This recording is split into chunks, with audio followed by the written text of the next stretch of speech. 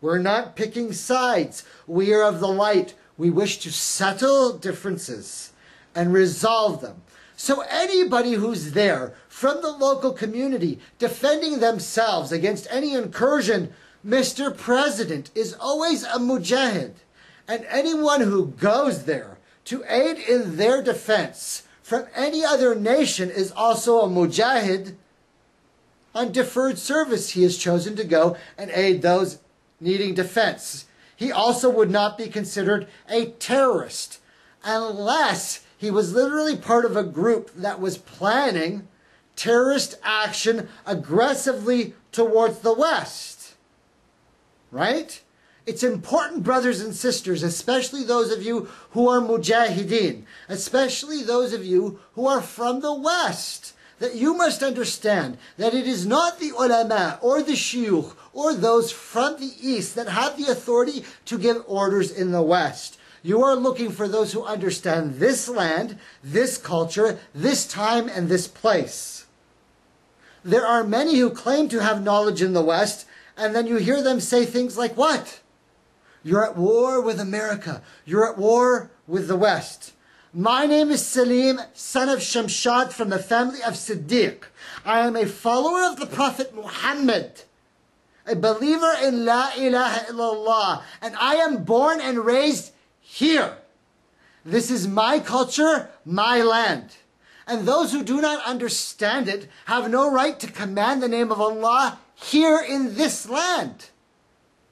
If they do not see that every culture has some truth and some light, then they do not have the wisdom to speak about this land. It is as if they were saying that there is absolutely no truth, absolutely no light, absolutely no beauty, absolutely no love in all of the land, and everyone is evil.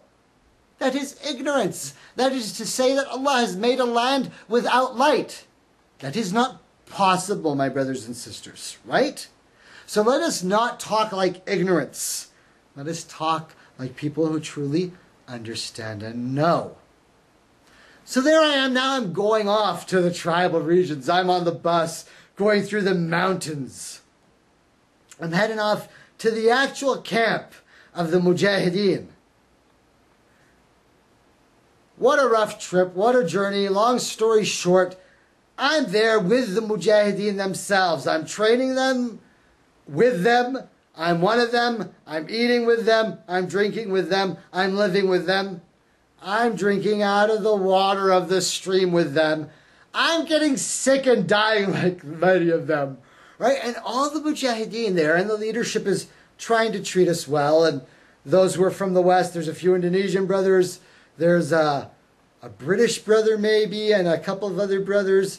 You know, there's a few people. But mostly this is a local training camp where you find local Pakistanis, local Afghans, and mostly it's kids who are at a military religious boot camp to get, you know, tweaked up so that they can learn some discipline, get some structure in their life because they've been abused or disavowed or, you know, trying to run away from home. They're there for traditional boot camp. They get military training with the traditional hardcore faith-based rhetoric, similar to what you would see in the right wing over here in the West, I guess. And so it's not terrorist training. And that's a concept that many in the West have a hard time with, right? The idea that you have military training camps that are not terrorist-based. And so a lot of times in the West, because we fail to differentiate who's who exactly, we don't understand which side is which.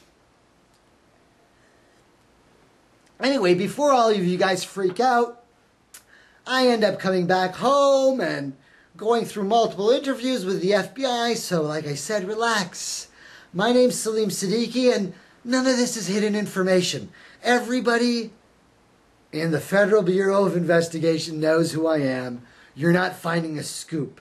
Just sit back and enjoy the tale.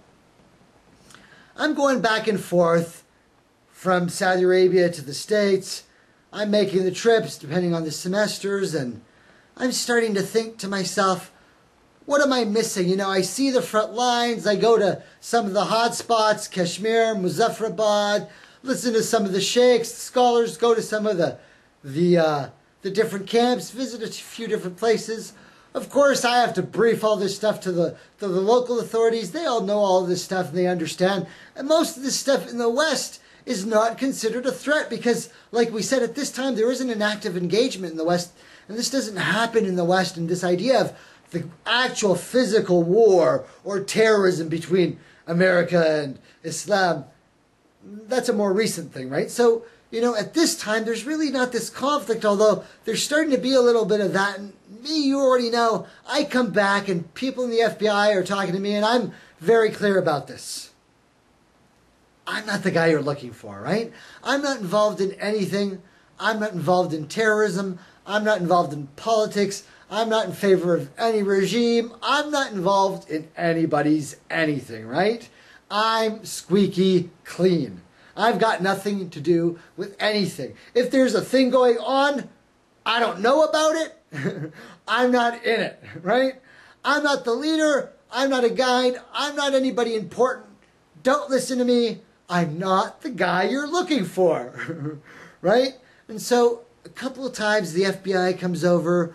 One of the times, you know, they talk to me. They talk to my dad over at the house in Houston. We go through the whole thing and I say, listen, I'm not involved in anything. It's like in between semesters, I come back to the States. My dad says, we're not involved in anything. My dad's involved in some of the organizations, some of the masjids. He's, you know, been a director in one of the masjids, a treasurer. He's involved in some of the different groups. And so the FBI is a little bit interested in my dad. My dad talks a little bit openly to the FBI in one of the visits. And, you know, they leave. And I tell my dad, listen, you really got to be careful because you never know what's going on. You never know what the hustle is, what's the con. You never know which group is trying to find which group and who's doing what. And you may say something innocently about somebody unintentionally and it causes a world full of pain. And, you know, you got to be a little bit careful. My dad's thinking, yeah, I'm aware of what's going on. The FBI meet with my dad a couple more times. He goes to a restaurant, sits and talks with them. And after a couple times he says, you know, there's really nothing going on. And I'm involved in all these organizations. There's no real channeling of funds. And this is before a lot of the heated stuff got really crazy. And my father says, you're really, you know, a little bit too suspicious of stuff. And there's not really anything going on. This happens for a while. Eventually, I convinced my father, you know, just stay away from all this stuff. You've met with him a couple of times. There's no need, right? Just stay clear of all this stuff. And I'm wondering myself, what is it that I'm missing? What is it that I don't know? See, I've thought that I was supposed to give my life for the sake of Allah, and the idea that I was supposed to be a Mujahid and go and offer myself, but you realize, brothers and sisters, that putting yourself out there and just throwing yourself out there doesn't mean you get the right of the time of your own death at your own choosing. Right? It doesn't work like that. And those who say that you're supposed to kill yourself or suicide yourself, that's plain ignorance. And I hope by now all of you know that if you're listening to me, we're smarter than that, right? We're not going to fall for that con. But there's a lot of deceptions and there's a lot of weird things going on. And so you're always wondering, what's the real truth? And how far does this go back? And am I missing something of this warrior courageousness? Do I have the lion energy? Do I have this control that I'm not about rage? I'm not about revenge. I'm not about trying to kill people because I'm angry. This is a war about light and dark. But I don't really understand this. I'm just confused, and I'm thinking to myself, is it possible that I'm missing something very basic? Is it possible that I've performed the prayers, I've given charity, I've done the required pilgrimage, I've done the jihad, I've done all the steps. What am I missing?